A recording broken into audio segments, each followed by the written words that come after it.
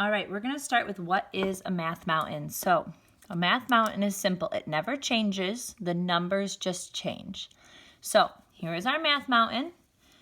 We will always subtract down the sides, and we will always add the two numbers at the bottom. So the very top number is going to always be our total. It will always be our biggest number. Okay, so if you look at the math mountain and the biggest number is not on top, that math mountain is not correct. So, for example, a math mountain could be 12.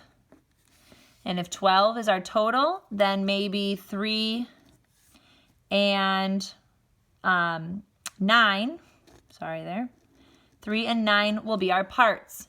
3 plus 9 is 12. 9 plus 3 is 12. 12 minus 9 is 3. 12 minus 3 is 9. So this is how our math mountain will always be. You might be missing the total and they have to figure out 3 plus 9 is what? They might be missing one of the parts and they have to figure out 12 minus 3 is what? But you will always add these two numbers or subtract from the top to the bottom. Subtract from the top to the bottom. Now, here are a couple examples that I have. Here's my story. I have 2 cats and 4 dogs. How many pets do I have in total? Okay, so I tell the students, look for hints in your story. So my question is, how many do I have in total? I already know on my math mountain, my total will be my question. I don't know how many I have in total. I know I have 2 cats and I have 4 dogs. If I want, I can even label my math mountain. I can put cats over here and I can put dogs over here to help me understand the math mountain. 2 cats, 4 dogs. I always add the bottom numbers. 2 plus 4 is 6. 6 is my answer. Now when we're doing story problems, I want to see deal. So drawing, equation, 2 plus 4 equals.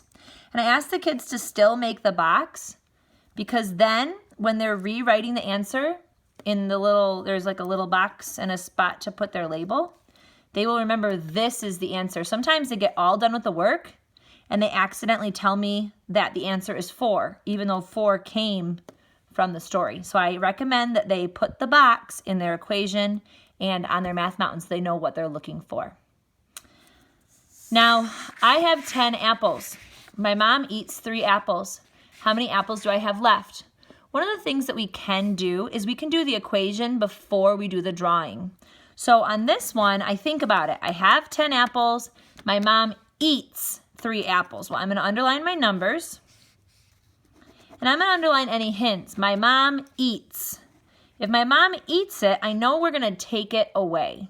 So I'm going to do my equation first because this story, I can understand it best that way. I have 10 apples. If my mom eats them, I'm going to subtract. She eats 3 apples. How many apples do I have left? Here's another big hint. In Spanish, you would hear le quedan. How many are left? How many remain? That's another big hint. If we hear le quedan, we are probably subtracting. So I have my equation, and now I'm going to put it in the form of the math mountain. Subtraction goes down the side always.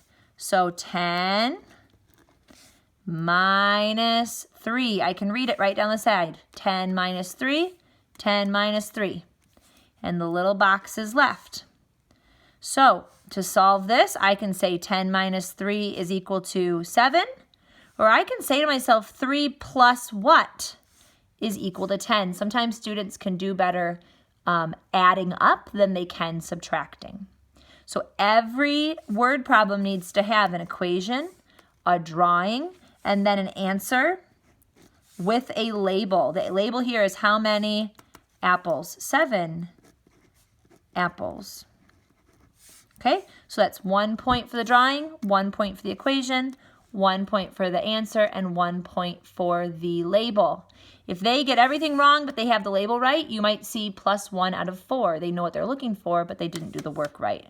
Or maybe they got the drawing wrong and everything else is right. They could get plus 3 out of 4 points.